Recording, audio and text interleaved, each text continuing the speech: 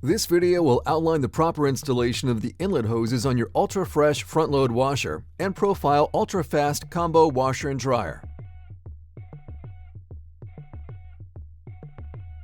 Before installation of the inlet hoses, run water from the hot and the cold wall faucets in order to flush the lines of any particles that might clog the inlet hose and water valve screens. Ensure there is a rubber washer in the end of the hose that will be attached to the water valve on the back of the unit.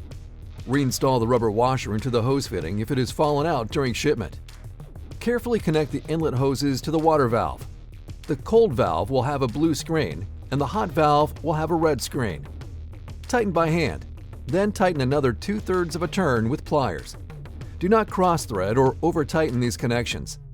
If inlet hose screen washers are not already inserted into the inlet hoses, install them by inserting into the free ends of the hot and cold inlet hoses with protruded side facing the faucet. If hose screen washers were not supplied with your hoses, ensure that there are rubber washers inserted into the wall faucet end of both inlet hoses.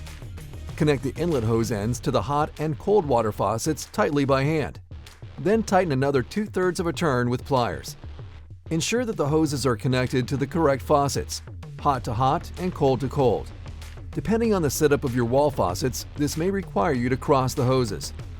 Turn the water on and check for leaks, both at the wall faucet connections and the unit water valve. If there is a leak, check that the rubber washer is in place and that the connections are sufficiently tightened. When moving the unit to its final location, ensure that the inlet hoses do not become kinked. Please consult your owner's guide for more information on installing the inlet hoses.